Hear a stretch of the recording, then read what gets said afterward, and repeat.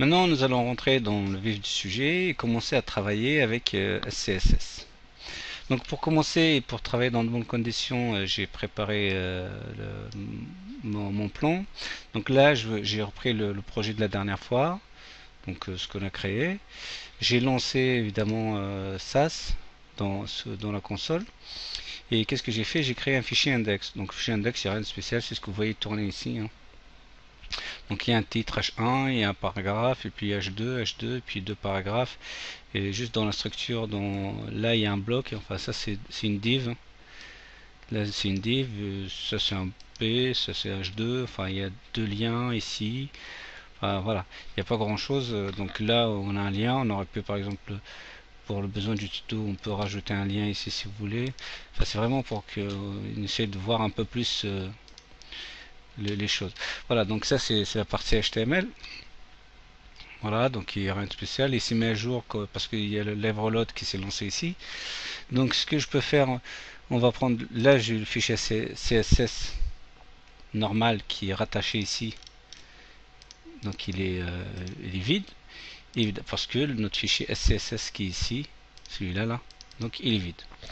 Maintenant pour commencer, bah, on va commencer à prendre un peu si on veut par exemple, on va faire le body, on va faire un background couleur, on va le mettre un gris,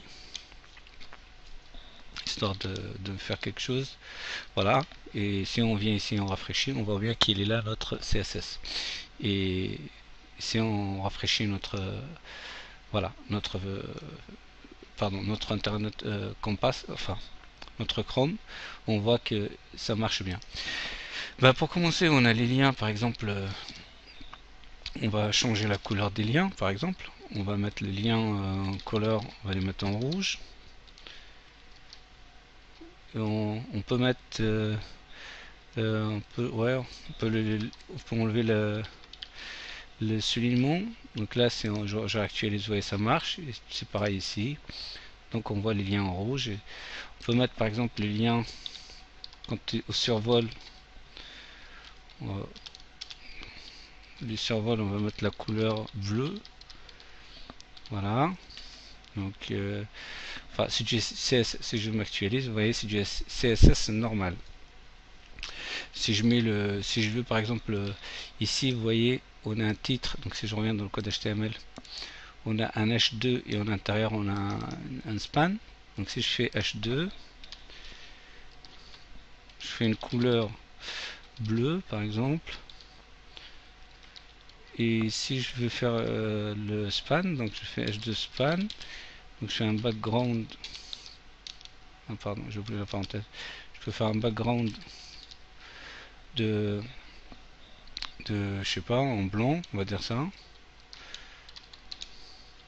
On actualise, si je reviens au CSS, il est là, nous bien notre, vous voyez, le H2 il est là, enfin tout est pareil. Si je réactualise ici, on a bien les H2 en bleu, on a notre span. Voilà, donc là, jusque là, rien n'a changé, c'est du CSS normal standard. Maintenant, si on veut vraiment écrire du SCSS, donc ce qu'on pourrait faire, par exemple, là on a le A, donc on va faire l'imbrication, donc là on imbrique, dans le cas où A et le et là ça veut dire and il est survol, c'est-à-dire le A il est survolé, donc là on va faire la couleur, tout à l'heure on avait dit bleu.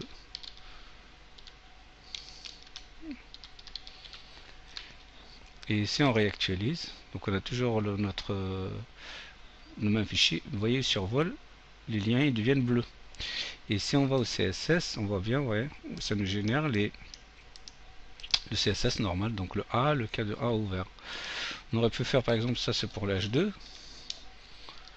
On fait l'H2, on a dit color blue. On a fait le font size deuxième. Et puis on a dit que le span qui se trouve dans le H2, donc là le span, donc vous voyez le span est situé dans le H2, on va dire que ce span là, on va leur faire un background color, on a dit blanc.